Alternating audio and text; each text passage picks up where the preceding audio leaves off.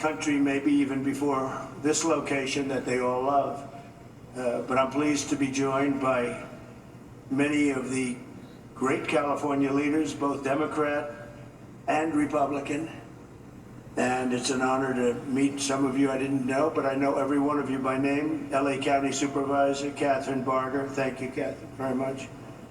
This is a Mayor wonderful Karen day. Bass. Thank you, Karen. President Nice to Trump said meet he you. had property there as well. Representatives Jay Obernolte. Where's Jay? Jay, hi Jay. Isn't it wonderful to have a tough period, president Jay, right? like this? Vince Fong, Kevin Kiley. Boy, they're so happy he's Vince, there. Kevin, hi. President Hi, Trump Vince. kept saying it's like an incinerator. A man I know very well. I know him too well, actually. And I say that actually with love because he's actually been a great congressman for a long time, and he's a great leader, and he loves the area as much as anybody, right, Daryl? So Daryl Issa, young Kim, congratulations on an excellent career. I appreciate it. Another one I know pretty well is, to put it mildly, is Tom McClintock. And he's been with us for a long time. We have some interesting things going on in Washington. And it's an honor that you guys are here. Thank you, Daryl, very much, Tom. George Whitesides. Good, George, thanks. It's a great name, too, by the way. Donald Trump's been all over helping. I know. Just today, he just can't We're on stop. the same side of this one. I know that. We'll work He's together catching very up. well. You know, Biden Lot and of Camilla respect. really didn't do And, much, okay? Presidential envoy Rick Grinnell, who's done What a fantastic relief. job for me over the years. Let's He help was, the people. Ambassador to Germany, and he was fantastic. So 2.5 weeks ago, over 100-mile-an-hour winds transformed the Palisades fire and other areas too into absolute infernos of death and destruction. He's probably going to talk about the This water. is already the most expensive natural disaster, they say, in American history. That's pretty amazing. The numbers are going to be staggering. Most importantly, we have to get it built, and we have to hopefully find as few people as possible. We have already too many, 28 at least, they say. We're going to work very hard. They're talking with about the mayor, passed governor, away the people that supervisor, and burned. everybody, and get the resources behind you. We have some amazing people, and we have some amazing fighters for things like this. I also had the concept of getting some of the best developers in the country. I've had so many calls from developers, and they want to come in. They don't want anything. They just want to come in and help, and they really know how to get things done and Yep. get things built. I know people here in I Utah would that are ask going. that, the local officials, because we're going to waive, just about essentially waive all federal permits. We're going to have you go very quickly, because a federal permit can take 10 years. We're not going to do that. We don't want to take 10 days. I would.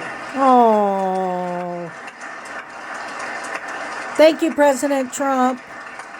So we're declaring this a national emergency. By doing that, I can give you immediate permits. I'd ask that the local permitting process be the same. Some of the people were saying they're going to be forced to wait 18 months for their permits, and I don't think you're going to do that. I can't imagine that. So they are literally in a position right now they'd like to start tonight, and they'll clean their site, they'll do everything. They just want to start. Oh. And they were very concerned with the 18 months, so I'm sure you can get What it about down the to, water, President I would Trump? say not even 18 days. They are ready, Mayor, they are ready to start. I met so many of them. The fire took place. It's nice and cool there now, and they want to start taking the debris. They want to take the debris. They want to do everything. They'll get rid of everything. They're going to do it by their own hand. And you're going to see some amazing things happen. So we're waiving the federal permits.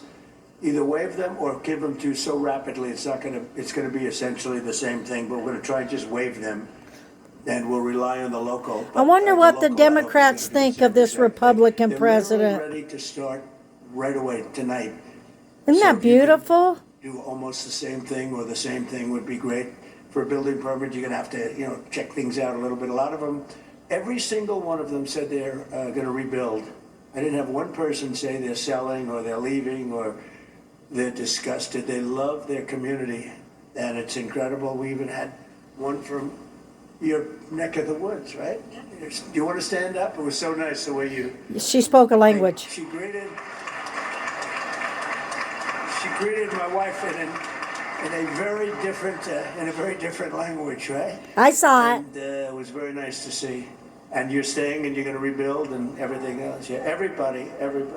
So it's really good. So I'm signing an executive order to open up the pumps and valves. Woohoo! We want to get that water pouring down here as quickly as possible and let hundreds of millions of gallons of water flow down into Southern California. And that'll be a big benefit to you. If you don't want it, you're going to tell me, but I can't imagine it. I tell you who does like it is the fire department. When I said that, they were very happy with that. They didn't mind hearing that. But we have a lot of water that is available. And I hope you can work that out among yourselves. But I think this will show that we have to have that water. We have to have that water. You're talking about unlimited water coming up from the Pacific Northwest, even coming up from parts of Canada. And it pours down naturally. It has for a million years. For a million years, it pours down. You'll never run out. You'll never have shortages, and you won't have things like this. And when you do, you'll have a lot of water to put it out. So I'm going to ask that you figure that out. But I really strongly recommended this 7 years ago, and I think I'm Remind going him. to do it. If you have big problems, you're going to let me know, but I just can't even imagine it. But we're also surging federal resources and assistance to the state, and California must adopt the common sense policies to prevent fires, and we all know that. You know, we were talking 7 or 8 years ago, I was talking to people from Austria, people from Finland, people that live in forests. And one of the gentlemen, one of the top great leaders of Austria said, we don't have forest fires, and we have trees that are actually far more flammable than they have in California, but they literally rake their forests. They take down, if a tree comes down, they take it down. They say you have 18 months. After that, it's like a matchstick. And I know environmentally, some environmental groups like the trees to just melt into the ground, but when they do melt into the ground, they become an inferno.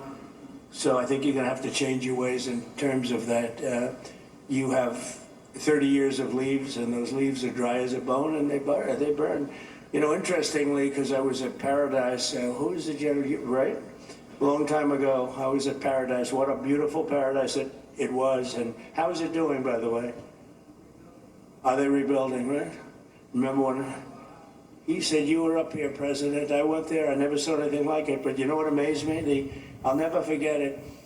The trees were okay, because the trees are loaded with water. They suck that water out of the ground. And this was an inferno, just like, I would say no different than this. And it was also the wind that caused a lot of problems. I mean, you had tremendous winds that there's not a lot you're going to do with. You had up to 100-mile-an-hour winds. It's unheard of. But when I was in Paradise, I noticed that the trees, they were dark on the bottom, but they were absolutely living, and they lived because they're soaking wet. But the trees that were on the ground, within 12 to 18 months, they say 18 months at a maximum, you have to cut them up, take them away, because they're matchsticks. But we saw that. You saw that with me. I commented at the time. I said, look at this. The house is burned down, and the tree is standing, and it's, other than being a little different color on the bottom, and it went through an inferno. It's amazing. It's soaking wet. So I think they have to do it. It's called management of the floor. And when the gentleman from Austria and also Finland and other countries, they said we manage the forest floor very, very carefully, and we don't have forest fires.